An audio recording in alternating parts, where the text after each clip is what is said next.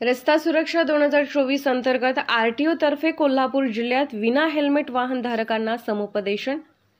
आजच्या या धकाधकीच्या जीवनामध्ये रस्त्यावर प्रवास करताना खबरदारी न बाळगल्याने खूप प्रमाणात अपघात होऊन मृत्युमुखी तसेच जखमी पडण्याची संख्या जास्त होत आहे आणि कुटुंब उद्ध्वस्त झाली आहेत। त्या अनुषंगाने आज रस्ता सुरक्षा 2024 अंतर्गत आरटीओ तर्फे कोल्हापूर जिल्ह्यात विना हेल्मेट वाहनधारकांना चांगल्या प्रकारे हेल्मेटचे महत्त्व सांगून समुपदेशन करण्यात आले।